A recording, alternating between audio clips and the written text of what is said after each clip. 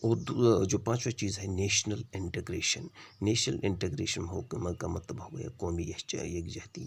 یعنی primary education بچے میں نیشنل انٹیگریشن سینس ڈیولپ کرتا ہے. یعنی اس کے اندر ملک کے لیے محبت پیدا ہو جاتی ہے. اس سے ملک کے کمپوزٹ کلچر پر فخر محسوس ہوتا ہے. وہ ہر ایک یعنی وہ ملک کے ہر چیز پر فخر محسوس کرتا ہے. یہاں کا کمپوزٹ کلچر پر فخر محسوس کرتا ہے. یعنی اگر ہم دیکھتے ہیں کہ ہمارے ملک میں مختلف قسم کے لوگ رہتے ہیں، مختلف قسم کے مذاہب کے لوگ رہتے ہیں، مختلف قسم کے ذاتی کے لوگ رہتے ہیں، نسل کے لوگ رہتے ہیں، لیکن وہ سب ایک مل جل کر رہتے ہیں. یہی ہمارے ملک کی سبیتا ہے. تو ہمیں اس پر فخر ہونا چاہیے. تو یہ بھی ہمیں پرائمری ایجوکیشن میں سکھایا جاتا ہے. ٹھیک ہے. چوتھا ہے آل اراؤنڈ پرسنالٹی. چھٹا ہے آل اراؤنڈ پرسنالٹی جو امپورٹنس ہے وہ یہ ہے کہ جو پرائمری ایجوکیشن کا خاص اور ایک مقصد ہے کہ بچہ ایک پرائمری ایجوکیشن کا مطلب یہ بھی ہے کہ بچے کے اندر آل راؤنڈ ڈیولپمنٹ ہونا چاہیے. آل راؤنڈ ڈیولپمنٹ کا مطلب ہو گیا کہ ہارمونیس ڈیولپمنٹ. ہارمونیس ڈیولپمنٹ کا مطلب ہو گیا ویل بیلنسڈ ڈیولپمنٹ ہونا چاہیے. یعنی physical development, emotional development, aesthetic development, یا ادھر پہ اسپریچول ڈیولپمنٹ، سوشل ڈیولپمنٹ. یہ تب ہی ممکن ہے کہ جب ہم کیا کر سکتے ہیں، جب ہم بچے کے اندر ہارمونیس ڈیولپمنٹ کے بارے میں بچے کو بتائیں، اسے سوشل ایکٹیویٹیز میں اسے بتائیں کہ آپ سوشل ایکٹیویٹیز میں حصہ لو. اس کو بتاؤ کہ اسکول کے مختلف کوکریکولر ایکٹیویٹیز میں حصہ لو. تو خاص کر یہ سارا ہمیں ہوتا ہے پرائمری ایجوکیشن. اور پرائمری ایجوکیشن میں یہ سب چیزیں سکھائی جاتی ہیں. ٹھیک ہے. تو ہم جانتے ہیں a sound mind لائز in a sound body, کہ ایک تازہ دماغ ایک مضبوط جسم میں ہی رہ سکتا ہے. اور یہ بچے کو پرائمری ایجوکیشن میں ہی سکھائی جاتی ہے.